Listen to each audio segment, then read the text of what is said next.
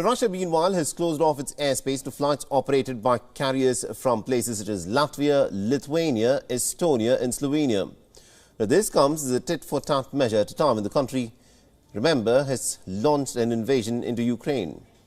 Britain, interestingly, has banned the Russian flagship carrier Aeroflot from flying into its airspace.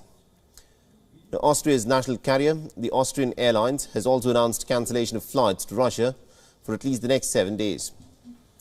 Meanwhile, Bulgaria, Poland, the Czech Republic, the Baltics, Germany and Slovenia have all closed their airspace to the Russian carriers.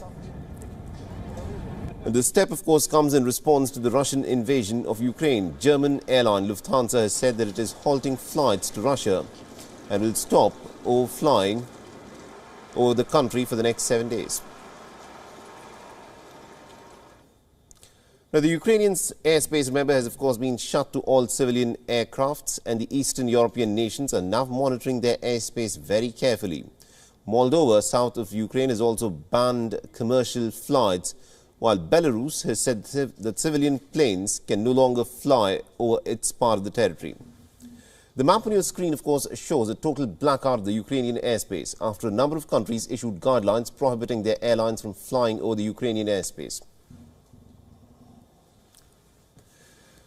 Meanwhile, the United Nations Civil Aviation Body has condemned the violation of Ukraine's airspace after the Russian invasion.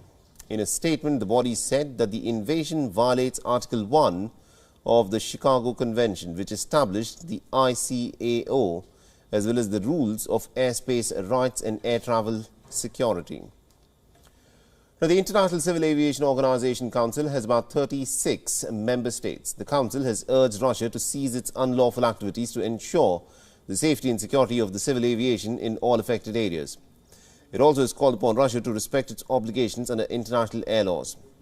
Now, the ICAO is not a global regulator and does not have the power to impose sanctions. It is a forum for states to set international aviation standards. Meanwhile, countries are also using alternate routes via neighboring countries to evacuate their citizens.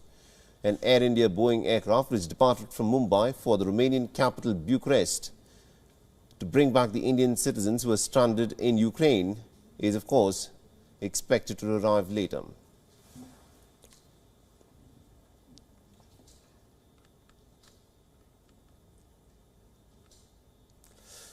Now, Russia's invasion into Ukraine has divided the world.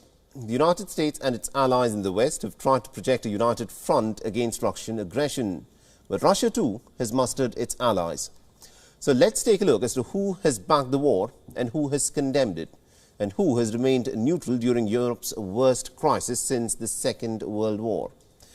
So let's start with the American-sponsored draft resolution to the UNSC. The draft sought to deplore in the strongest terms Russia's aggression against Ukraine. The draft resolution, of course, remember, was bound to fail. Russia is a permanent member of the United Nations Security Council and therefore vetoed the draft.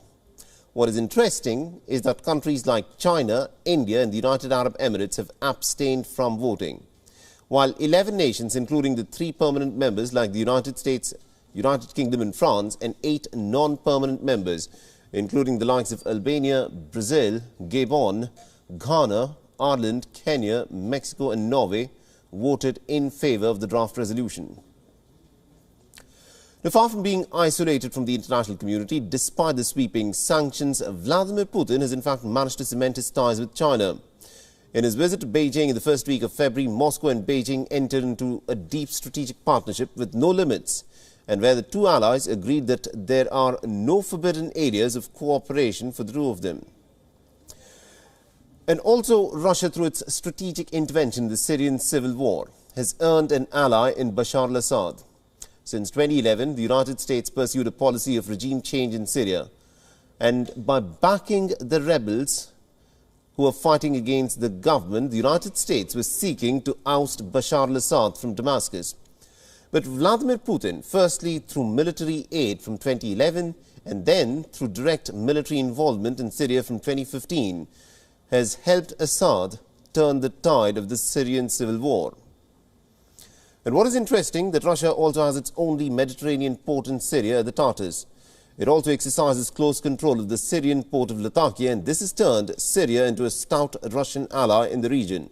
Syria, interestingly, is also the only other country after Russia to have recognized Donetsk and Luhansk as independent republics after Russia.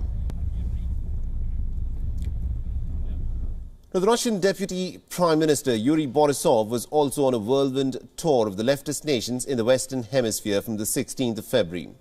He met with the leaders of Venezuela, Cuba and Nicaragua and signed a series of strategic cooperation agreements on aspects such as trade, energy and financial cooperation. Russia's decisive intervention into Kazakhstan has also reiterated Russia's position of preeminence in Central Asia. In the month of January, Kazakhstan, of course, remember, erupted in a nationwide unrest sparked by a spike in fuel prices. But Russia, leading the CSTO troops, managed to crush the protests in a short and decisive operation. Most Central Asian nations have maintained friendly relations with Moscow and have not condemned Russia's invasion into Ukraine. So although the United States has been working its diplomatic levers to try and isolate Russia for invading into Ukraine, the fact remains that Vladimir Putin, so far in the conflict, has successfully managed to call the American bluff and has also shored up support for the Russian nation in this war. WION is now available in your country. Download the app now and get all the news on the move.